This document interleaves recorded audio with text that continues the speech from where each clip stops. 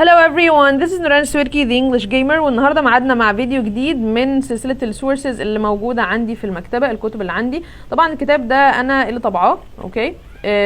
على ما اعتقد ان الكتاب ده موجود عندي من ايام الجامعة، انا كنت بذاكر فيه من ايام الجامعة، بس حبيت اقول لكم عليه. الكتاب اسمه New Grammar Practice، وطبعا في منه مستويات. ده كان Pre Intermediate، طبعا في مستويات تانية ممكن ندور مثلا على Advanced او ايا كان المستوى بتاعنا، فكده نلاقيه موجود على النت.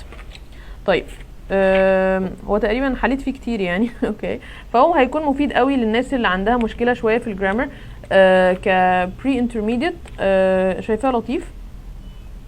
بنلاقي مثلا عندنا اول صفحه nouns و adjectives و adverbs، وطبعا في practice عليها. بعد كده ال possessive adjectives وال pronouns possessive with s. في معظم الجرامر اللي اي حد في المستوى ده محتاجه. طبعا ممكن يفيدك لو انت كتيتشر ومحتاج كتاب تعتمد عليه سواء في الشرح او في البراكتس يعني، او الاكسرسايزز وكده. فهو كتاب لطيف جدا، وانا كنت بحب اذاكر منه في وقت الجامعه.